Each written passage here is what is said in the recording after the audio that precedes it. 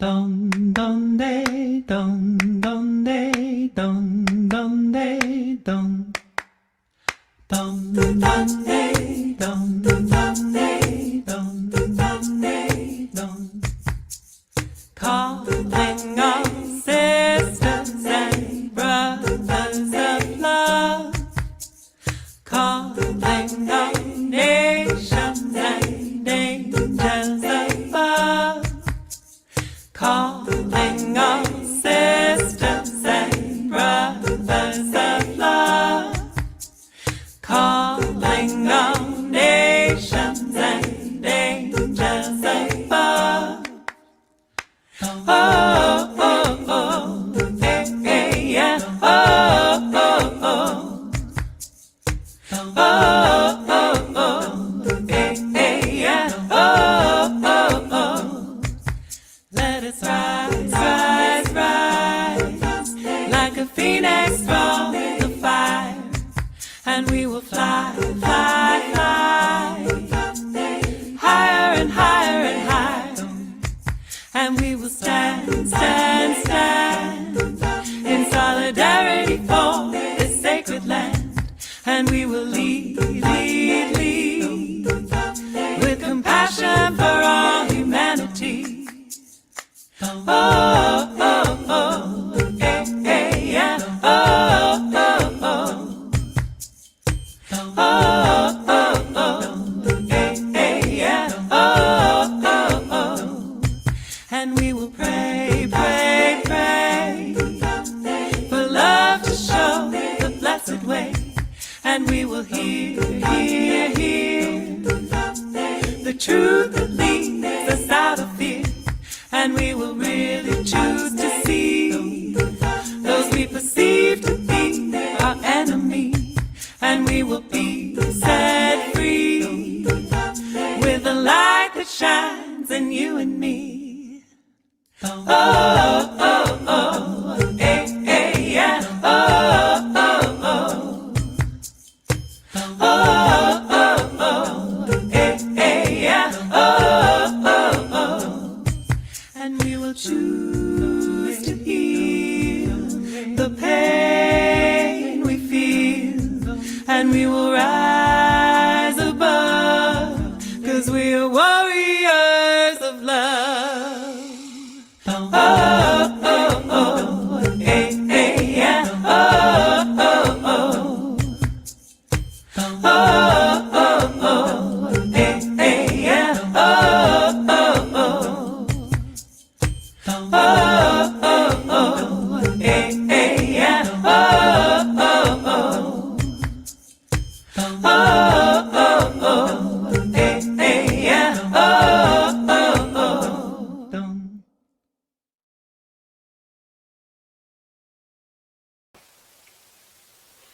Greetings. I'm Reverend Deborah Johnson, and welcome to Inner Light's Sunday service. We welcome you. When school isn't a place you have to Regardless be, of what time it is or why not wherever go to school it where is remote that learning can be as remote as you we want? are so pleased to be here in fellowship and in community with you. Let's just all take a deep breath, huh? Whew! What a time we're in! What a time we're in! So exciting and so challenging. This is the Martin Luther King Jr Weekend, where we're celebrating his life and his legacy. It is the last Sunday of the administration of Donald Trump and Mike Pence. And in a couple of days, we inaugurate Joe Biden and Kamala Harris as the new president and vice president, respectively, of the United States of America. What a time. And we're in the middle of the COVID-19 virus. We are in economic meltdown. We are in the middle of just unprecedented kind of domestic terrorist insurrection activities. And the beat goes on. We are also in the midst of strength and renewal. We are in the midst of hope. We're in the midst of possibility. We're in the midst of stepping into our greater yet to be. And we do it together. We do it as family. We do it as what Martin Luther King Jr.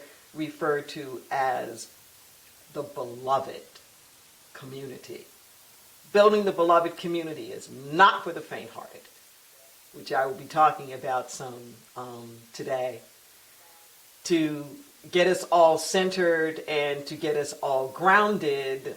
I would like for us to focus on our affirmative activations. These are things that we say that help us internally to recalibrate, to be able to really feel something moving within us in consciousness.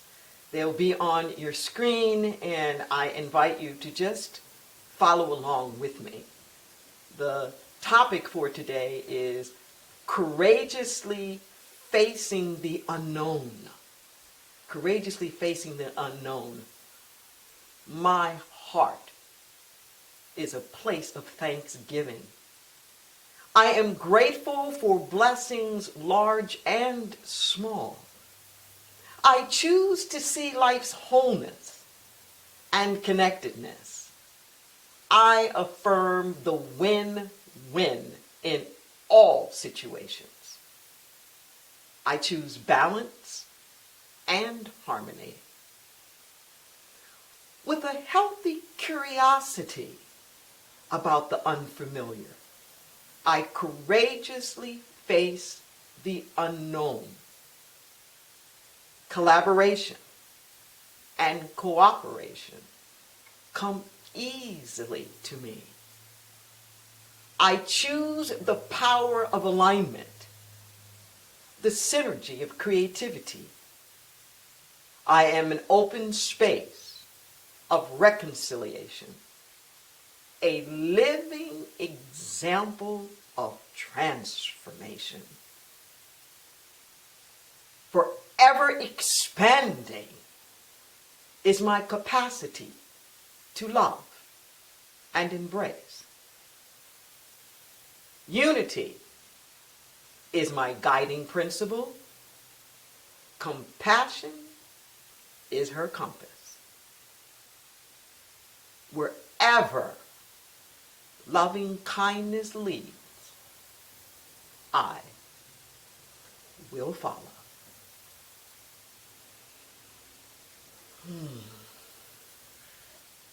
Let's just breathe that in. Courageously facing the unknown. Our theme this month is intent. Intent.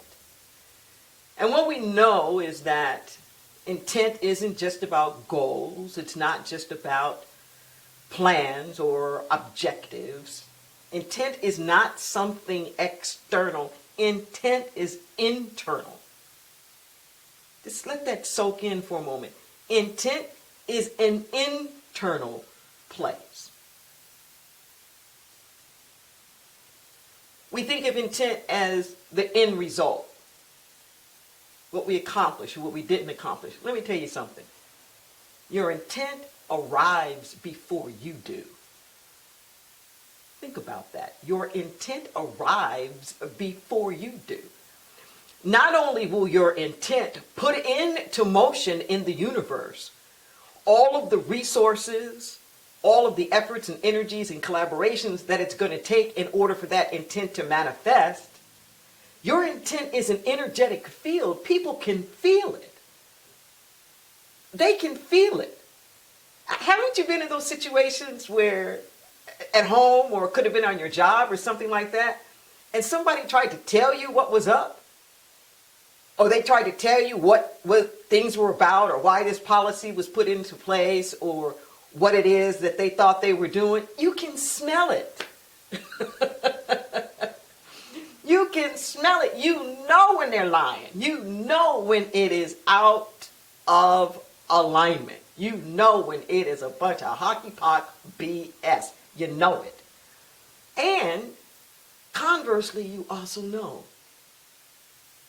people can mess up They can say the wrong thing. They can do the wrong thing. They can even make the wrong decisions. But if the intent is pure, it's going to be all right. This is something I try to explain to people all the time, particularly in my diversity trainings. I'm a professional cultural diversity trainer. And sometimes people are really afraid. They not so much are trying to be politically correct, but they really are concerned. They don't want to be offensive. They don't want to say the wrong thing. They don't want to hurt anybody's feelings. They don't want to be offensive. So a lot of times they don't engage at levels as profoundly as they would like to. They hold back. They reserve a little bit because they don't want to be mistaken or they don't want to be misunderstood. And what I tell them is that we're all learning. We're all growing. We're all going to make mistakes. And that's okay. Just go for it. Be your best authentic self. Come from the highest place that you can possibly come from. And if your intent is pure, they will feel the purity of your intent. They'll actually cut you some slack.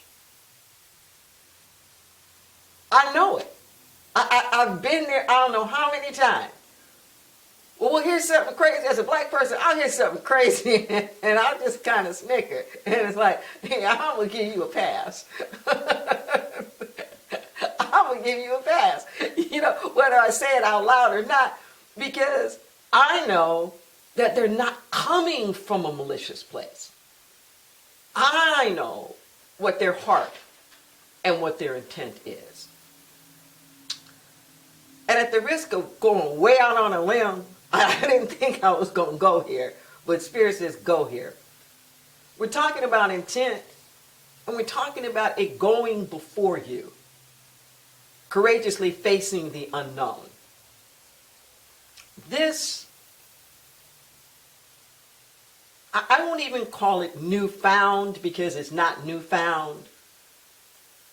This more overly blatant display of the white supremacy, of this movement that's going on now, that is so dangerous, that not only did it take over the U.S. Capitol last week, but we've got like over 20,000 troops in Washington, D.C. right now, just trying to protect the Capitol so that we can have an inauguration in a couple of days. And I found it so interesting during the second impeachment process that we just had, of how many people who were still trying to insist that somehow or another the election wasn't fair, that how many of these people were equating the violence that had just happened right then to Black Lives Matter's movement. This is the Martin Luther King Jr. Weekend. And one of the things that we know about Martin Luther King and the Civil Rights Movement is that there was a lot of marching. There was a lot of protest. It was a movement for nonviolent social change. And there was a tremendous amount of violence that was taking place.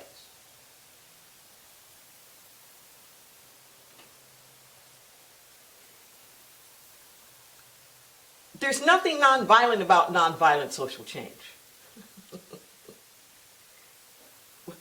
The difference is that the people who are for the change aren't using violence as a way to get the change. But the movement is often resisted back from the status quo with violence. Take a breath.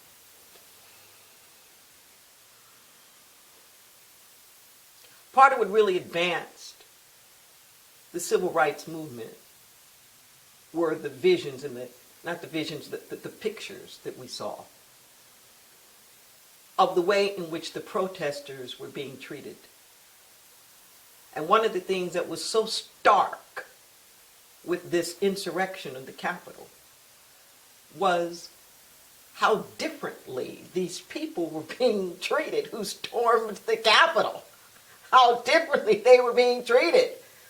That there was the assumption, apparently, that they weren't going to be a problem or that they weren't going to be violent, in spite of everything that indicated that it was going to be the other way around. There was a leniency with which they were treated.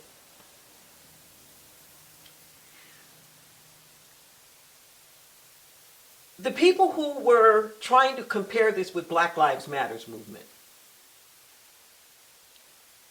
were off in many respects. And I would say the current Black Lives Matters movement is the next iteration of the movement of King and the civil rights movement. Like, this is what it looks like today. That's why I'm speaking of this now.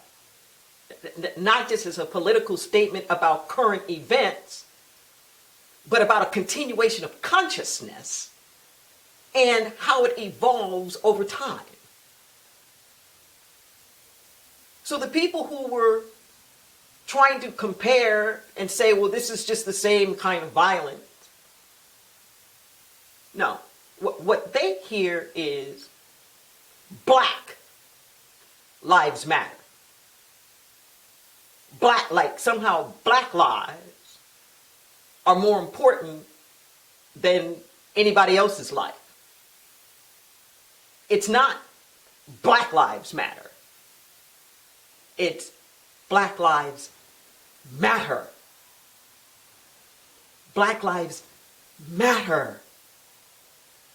That within the scheme of the things of all the lives that matter, let's put Black lives within that broader context of the lives that should matter. That's what it's saying. That's what it's talking about. And anybody who questions why you need to have a movement like that, anybody who questions why it is that you have to even say that doesn't know history. I can remember Martin Luther King saying that God would never burden a people with a permanent yoke of inferiority. What it was like to be burdened with the terrible sense of nobodiness. And how he didn't want to put that burden on his children as his eldest Yolanda wanted to know why she couldn't go to the little amusement park. And having to explain to her why she couldn't go and not wanting her to have this overwhelming burden of nobodiness. And to tell you the truth, it was this that gave me the courage to come out of the closet. Because I believed him when he said God would never burden any group of people with a permanent yoke of inferiority. I believed him then, and I believe him now. When people march with the Black Lives Matter movement, they're not marching with weapons. They're not marching with signs of hate. They're not marching with the intent to hang anybody or to interfere with the normal processes of governmental governance. They're not trying to take over the government. They're not trying to hurt anybody. They're not trying to harm anybody. And even the fringe violence that takes place usually at night is always against commerce. They're not burning down houses or schools or libraries, airports. You know, They're not even going into the stores when the stores are open and people are in there. I'm not saying that the looting is right, but what I'm saying is that it's very targeted as a political statement against an economic system that keeps putting them at the bottom where they don't have a chance. What we see going on now is very different.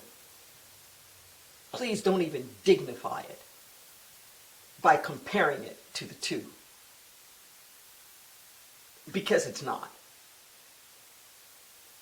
And it ain't new. What you saw at the Capitol is the exact same thing that was going on when Martin Luther King was marching in the 50s, in the 60s, and it wasn't new then. The only difference, doesn't have on hoods. The only difference is that we have cell phones now that can catch it in real life. Supremacy is supremacy. Oppression hurts the oppressor as well. That part of the way you keep it going is you bully people into it. We're watching it now, where people are too afraid to speak up. They're too afraid of the wrath of their own kind. They're too afraid of the wrath of their own people, which keeps them in not only complicity, but collusion. This is what King was saying back then.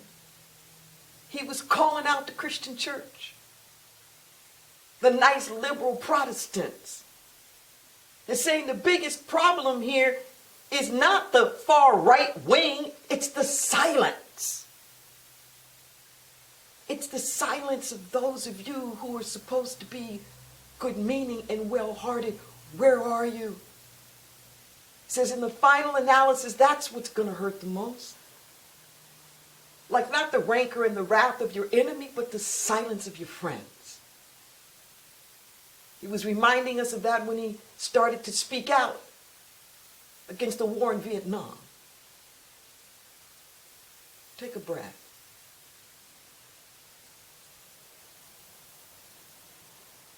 No, we don't know where things are going. We're living in an unknown. But I can tell you, we may not know all of the way stops along the way when we say we don't know where we're going. But we're headed towards justice. We're headed towards freedom. We are headed towards equality. It's a brand new day. I realize that it's hard to have your world turned upside down. And I'm even asking us to have a bit of compassion. King wasn't hating up on people. The marchers weren't hating people. They were saying, we are your brothers and your sisters, and we want to live here together. And I'm asking all of you to have the courage now. You can denounce supremacy. You can denounce insurrection. But don't throw away your brothers and your sisters. This talk about, well, we're not like this. And yes, we are. Yes, we are. We're all in this together. This is all of our country. And we are all equally American if we are, quote unquote, American. I know everybody's not looking from the United States, but this is King Day and I'm speaking to my peeps right now. In the United States, we are all equally American. And this is part of the problem now. Some of us trying to claim to be more American than the other. Some of us trying to have control. No. We got to go through this together. We got to get through this together. King said, I don't hate people. White people, I want to live next door to them. That's what we're ultimately about. That's our intention now. But we got to tell the truth. It's all of our America. If there's going to be a healing, we got to stop with the lies. We have to tell the truth. The truth is Trump did not win by a landslide. The election was not stolen. It has been proven time and time again. We have to have the courage to say that. The truth is, this is America. Divided has always been divided. We started off institutionalizing the division when we allowed slave states and free states in supposedly the land of the free. But you know what? We have always moved towards that more perfect union. And each generation has carried the torch a little bit further. And no, the founding fathers weren't thinking about me. I'm not trying to go back to all what the founding fathers were trying to do. There's a promise in a creed that was so transcendent of even the consciousness of the people who wrote it. They didn't even know how true the words were that they were saying.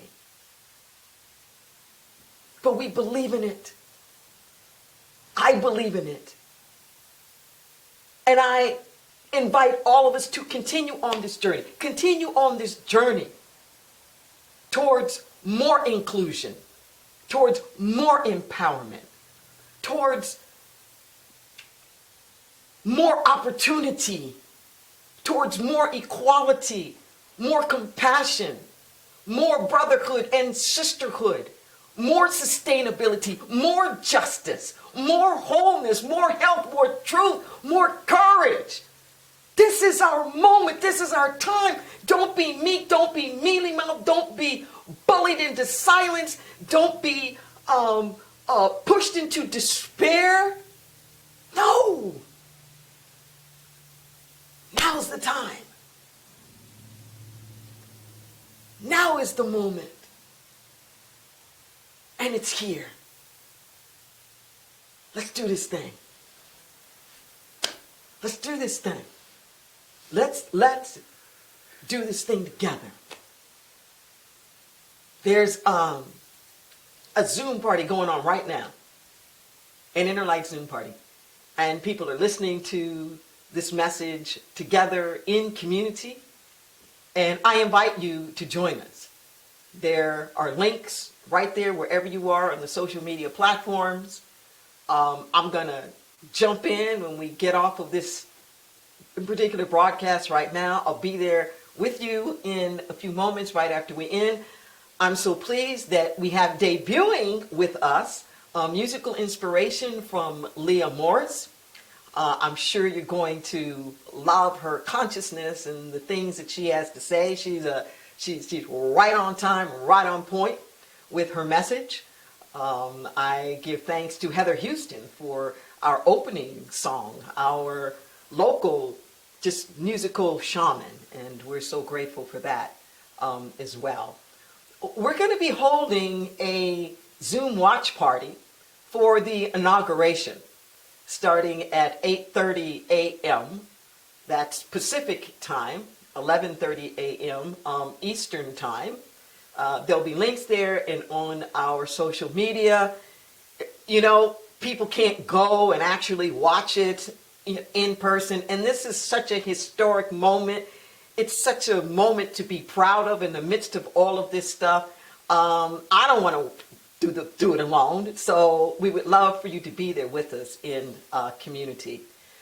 I also want to invite you to take a look at our social media. There are a couple of workshops that I have coming up.